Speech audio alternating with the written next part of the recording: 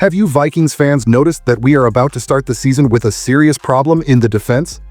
The issue is not in the front seven, which is strengthened, but in the secondary, where the lack of depth at cornerback threatens Brian Flores' entire plan. The decision to keep only 4 names at this position has left the roster exposed in an NFL where 3 receiver sets are routine. And if an injury happens right away, what happens to the defense? This is where the central discussion of this video comes in. How the team can respond to this weakness even before Week 1 against the Bears.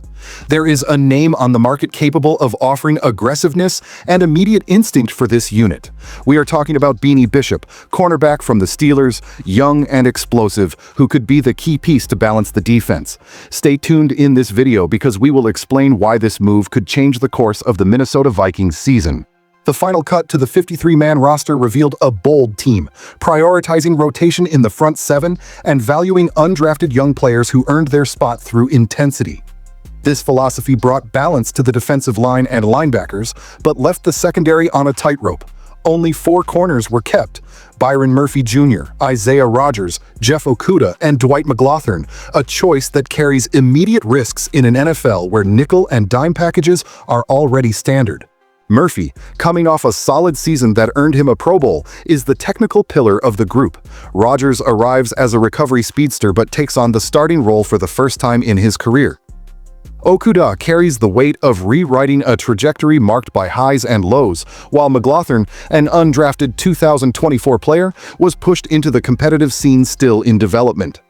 Flores' staff relies on the front seven's pressure to reduce this secondary's exposure, but any injury could compromise the entire tactical design. And it is exactly at this point that the name Beanie Bishop emerges as a possible solution. Bishop is not an unknown player. His journey is marked by overcoming challenges since his time at Western Kentucky, where he recorded 76 tackles, 12 passes defended, and 3 interceptions before transferring to Minnesota in 2022. The definitive leap came at West Virginia when he led the country in passes defended with 24, adding 4 interceptions and 67 tackles to become a consensus All-American. Despite his performance, he went unnoticed in the 2024 draft, but quickly proved he was not just another practice squad body. With the Steelers, he earned a spot on the main roster, played in all 17 games of the season, started 6, and accumulated 45 tackles, 7 passes defended, and 4 interceptions. The biggest highlight came on Sunday Night Football against Aaron Rodgers when he intercepted the quarterback twice and earned the Defensive Rookie of the Month award in October. Even with this history, Bishop became a casualty of Pittsburgh's heavy secondary overhaul in 2025. The arrival of Jalen Ramsey, Darius Slay, and Brandon Eccles, combined with the selection of Dante Kent in the draft, closed the funnel of opportunities. The result was his move to the practice squad, a decision that surprised fans and analysts given the consistency he had shown in his rookie year.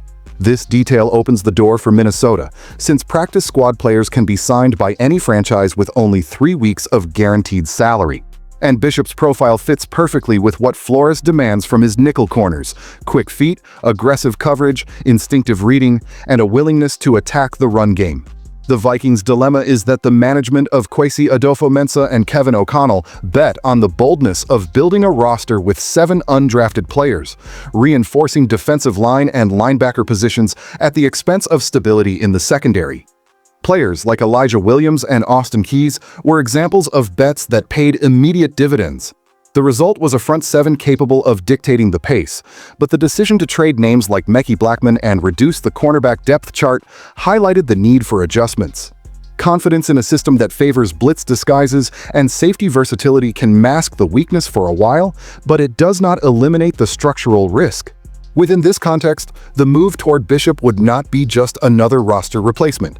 It would be a way to align Flores' aggressive philosophy with the reality of the roster depth. Bishop has already proven to be a defender willing to face more physical wide receivers, anticipate short routes, and take risks when contesting the ball. His experience as a starter even in his first year shows that he does not shy away from big stages, an essential quality for a team facing right away a reinforced Bears offense and constant matchups against elite receivers in the NFC North. Meanwhile, Adofo-Mensah's public message was one of calm. the general manager highlighted the group's versatility and mentioned the big nickel as a resource to compensate for the lack of depth, with Joshua Metellus having already performed this role in recent seasons. But the reality is that relying solely on improvisation can be costly.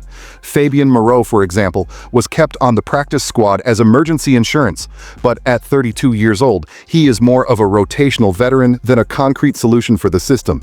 His experience adds value, but it does not solve the structural problem of having only 4 active corners on the roster. On Pittsburgh's side, Bishop's return to the practice squad was treated as a relief for the fans.